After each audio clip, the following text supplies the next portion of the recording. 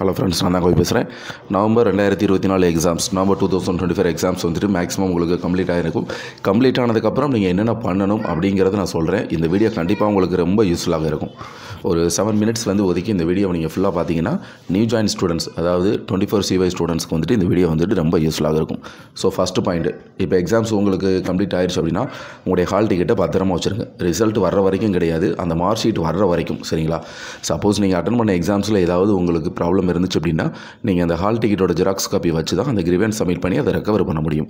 So compulsory first point வந்து உங்கள் hall டிக்கெட்டை வந்துட்டு அந்த ரிலேட்டட் மார்க் ஷீட் வர்ற வரைக்கும் நீங்கள் கம்பல்சரி பத்திரமாக வச்சுருக்கணும். இதுதான் ஃபஸ்ட் பாயிண்ட். இதுக்கே நம்ம ஏற்கனவே செப்பரேட் வீடியோவும் நம்ம போட்டுட்டோம். நம்பர் 2, ரிசல்ட் வந்துட்டு 2 மந்த்ஸில் வந்துடும். மேக்ஸிமம் 45 டேஸ்லேருந்து 60 டேஸில் வந்துட்டு உங்களுக்கு ரிசல்ட் வந்துட்டு வந்துடும், சரிங்களா? ஸோ அதுவும் வந்துட்டு நீங்கள் வந்துட்டு நோட் பண்ணிக்கோங்க.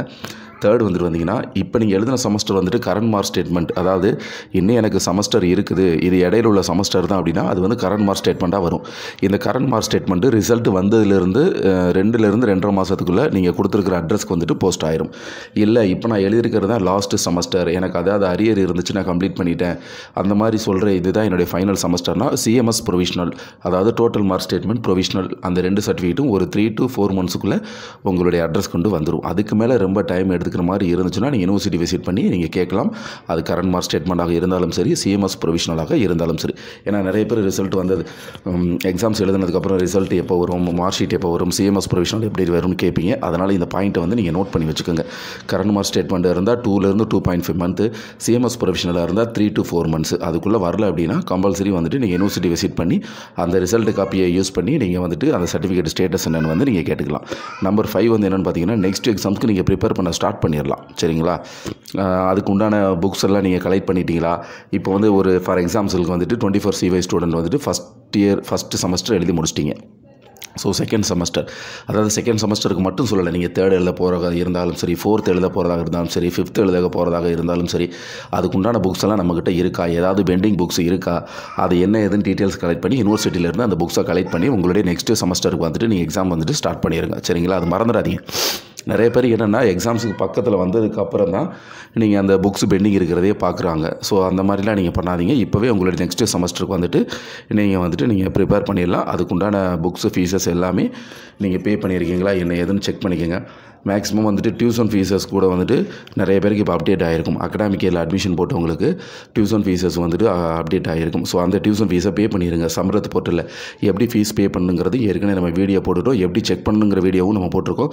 நீங்கள் பே பண்ணால் தான் அதுலேருந்து உங்களுக்கு 20 டேஸ்க்கு பக்கமாக தான் அந்த ஃபீஸ் கட்டி ஜென்ரேட் ஆனதுக்கப்புறம் தான் உங்களுக்கு புக்ஸ் வந்து அனுப்புவாங்க, சரிங்களா? ஸோ அதை வந்துட்டு நீங்கள் உடனே டியூஷன் ஃபீஸ் பே பண்ணுறதோ புக்ஸ் ரிசீவ் பண்ணுறதோ நீங்கள் அந்த ஒர்க்கை வந்து நீங்கள் ஸ்டார்ட் பண்ணிடலாம். அப்புறம் நிறைய பேருக்கு என்ன டவுட் இருக்குன்னு பார்த்தீங்கன்னா, நான் இப்போ நவம்பர் 2024 எக்ஸாம் ஃபீஸ் வந்து பே பண்ணிட்டேன், ஏதோ ஒரு செமஸ்டர் இல்லைனா சம் ஆஃப் பேப்பர்ஸ், அதுக்கு வந்து நான் ஃபீஸ் பே பண்ணிட்டேன், ஆனால் எக்ஸாம்ஸ் வந்து அட்டன் பண்ண முடியலை. இப்போ அடுத்து வர 2025 ஏப்ரல் எக்ஸாம்ஸ் அப்போ நான் ஃபீஸ் பே பண்ணணுமா, பே பண்ண தேவையில்லையா அப்படிங்கிற நிறைய பேர் அந்த கொஷின் கேட்டிருக்கீங்க. கண்டிப்பாக ஃபீஸ் பே பண்ணணும், சரிங்களா? எக்ஸாம்ஸ் எழுத முடியலை அப்படிங்கிறதுக்காக அடுத்த செமஸ்டர் எழுதும்போது அந்த டியூஷன் ஃபீஸை எக்ஸாம் ஃபீஸை வந்துட்டு பே பண்ணக்கூடாது அப்படின்லாம் கிடையாது. எத்தனை டைம் நீங்கள் எழுதாமல் விட்டாலும் சரி, நீங்கள் திருப்ப அந்த எக்ஸாமுக்கு வேறு ஒரு இயர் ஆஃப் அப்பியரில் வந்துட்டு நீங்கள் எக்ஸாம் அப்ளை பண்ணும்பொழுது எக்ஸாம் ஃபீஸை கம்பல்சரி பே பண்ணணும். ஏன்னா இந்த டவுட்டு நிறைய பேர் எனக்கு வந்து கேட்டாங்க, சரிங்களா? அதுக்கப்புறம் ரிசல்ட் வந்ததுக்கப்புறம் ஏதாவது உங்களுக்கு பேப்பர் வந்துட்டு ரீஅப்பியர், அதாவது RA அப்படின்னு நிறைய பேருக்கு வரும். அந்த மாதிரி வந்துச்சுன்னா உங்களுடைய அந்த ஹால் டிக்கெட் அப்புறம் ரிலேட்டட் டாக்குமெண்ட்ஸ் வச்சு கிரிவென்ஸ் சப்மிட் பண்ணி தான் அந்த மார்க்கை வந்து நீங்கள் ரெக்கவர் பண்ணணும். அதனால தான் நம்ம அந்த ஹால் டிக்கெட்டை ரொம்ப பத்திரமா வச்சுக்க சொல்லியிருக்கோம். அதுக்கும் அந்த கிரிவென்ஸ் சப்மிட் பண்ணி அந்த பேப்பரை ஃபாலோ பண்ணி ரெக்கவர் பண்ணணும் அப்படிங்கிறதுக்கு நம்ம தனியாக வீடியோ போட்டிருக்கோம். நீங்கள் செக் பண்ணி பார்த்துக்கலாம். நெக்ஸ்ட் இம்பார்ட்டன்ட் பாயிண்ட் வந்து என்னென்னு பார்த்தீங்கன்னா, அடுத்த செமஸ்டர் வந்துட்டு உங்களுக்கு ஃபைனல் செமஸ்டர் ஃபார் PG. நான் வந்து PGக்கு சொல்கிறேன். அதில் வந்துட்டு எனக்கு ப்ராஜெக்ட் இருக்குன்னு அப்படின்னா அதுக்கு உண்டான டீட்டெயில்ஸை நீங்கள் இப்போவே கலெக்ட் பண்ண ஆரம்பிச்சிடலாம். அந்த ப்ராஜெக்ட்டுக்கு எப்படி சப்மிட் பண்ணுறது, அது நம்ம பேசிக்ஸ் வீடியோலாம் போட்டிருக்கோம். ப்ராஜெக்ட் வந்துட்டு எப்படி ஸ்டார்ட் பண்ணணும், எத்தனை பேஜஸ் இருக்கணும், எப்படி சப்மிட் பண்ணணும் அப்படின்னு பேசிக் வீடியோ போட்டிருக்கோம். நிறைய பேர் என்ன பண்ணுவாங்கன்னா, அந்த எக்ஸாம்ஸுக்கு அனௌன்ஸ் பண்ணதுக்கப்புறம் தான் அந்த ப்ராஜெக்ட்டை பற்றியே திங்க் பண்ணுவாங்க. எப்படி கைடு சூஸ் பண்ணுறது, எப்படி சப்மிட் பண்ணுறதுன்னு. அது வந்துட்டு நீங்கள் அந்த இப்போ லாஸ்ட்டு செமஸ்டர் 4th செமஸ்டரில் தான் உங்களுக்கு ப்ராஜெக்ட் வரும். அதாவது ப்ராஜெக்ட் இருக்கிறவங்களுக்கு மட்டும் சொல்கிறேன் நான். அந்த ஸ்டார்டிங் 3rd செமஸ்டர் முடிஞ்ச உடனே 4th செமஸ்டர்லேயே நீங்கள் அதை ஸ்டார்ட் பண்ணிடணும். ஸோ அதை வந்துட்டு அதுக்கு உண்டான டீட்டெயில்ஸ், கைடு எப்படி சூஸ் பண்ணுறது, எப்படி ப்ராஜெக்ட் சப்மிட் பண்ணுறது, அந்த பேசிக்ஸ் டீட்டெயில்ஸ் எல்லாமே நம்ம போட்டிருக்கோம். ஸோ அந்த டீட்டெயில்ஸை பார்த்துட்டு உங்களுடைய ப்ராஜெக்ட் ஒர்க்கை வந்துட்டு நீங்கள் வந்துட்டு சப்மிட் பண்ணிடலாம். ப்ராஜெக்ட் ஒர்க்கை ஸ்டார்ட் பண்ணிடலாம். அடுத்து நிறைய பேருக்கு வந்துட்டு மார்க் கம்மியாக இருக்குது, நான் ரீவேல்யூஷன் அப்ளை பண்ணணும் அப்படின்னு நீங்கள் நினச்சிங்கன்னா உங்கள் ரிசல்ட் வந்ததில் இருந்து ரிசல்ட் வந்த ஃபஸ்ட்டு டேயில் இருந்து 7 days மேக்ஸிமம் 10 days அதுக்கு மேலே போகாதீங்க. 7 days நீங்கள் மேக்ஸிமம் வச்சுக்கோங்க. அதுக்குள்ளே யூனிவர்சிட்டி விசிட் பண்ணி நீங்கள் ரீவேல்யூஷனுக்கு வந்து அப்ளை பண்ணணும். ரீவேல்யூஷனுக்கு எப்படி அப்ளை பண்ணணும், எவ்வளோ பே பண்ணுங்கிற வீடியோவும் நம்ம ஏற்கனவே போஸ்ட் போட்டுட்டோம். நிறைய பேர் என்னென்னா ரீவேல்யூஷன் எப்போ வந்துச்சுன்னு எனக்கு தெரியல, எனக்கு நான் மறந்துட்டேன் அப்படின்லாம் நீங்கள் சொல்லவே சொல்லாதீங்க. ரிசல்ட் வந்ததில் இருந்து இன்றைக்கி ரிசல்ட் வருதா, இன்னையிலேருந்து 7 working daysக்குள்ளே நீங்கள் யூனிவர்சிட்டி விசிட் பண்ணி உங்களுடைய ரீவேல்யூஷன் வந்துட்டு சப்மிட் பண்ணிடுங்க. பேசிக்ஸ் என்னென்ன ஃபாலோ பண்ணணும் அப்படிங்கிற வந்துட்டு நம்ம வீடியோ போட்டிருக்கோம். அதை வீடியோவை ஃபாலோ பண்ணி உங்களுடைய ரீவேல்யூஷன் வந்துட்டு அப்ளை பண்ணுறதுனா நீங்கள் அப்ளை பண்ணுங்கள். சரிங்களா?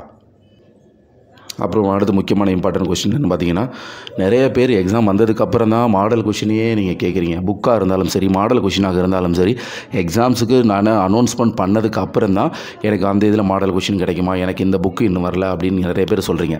அந்த செமஸ்டர் முடிஞ்சு இப்போ 3rd செமஸ்டர் முடிஞ்சுட்டு நீங்கள் 4th செமஸ்டருக்குள்ளே போகிறீங்க அப்படின்னா அந்த 3rd செமஸ்டர் முடிஞ்ச உடனே 4th செமஸ்டருக்கு உண்டான டீட்டெயில்ஸை கலெக்ட் பண்ண ஆரம்பிச்சிருங்க.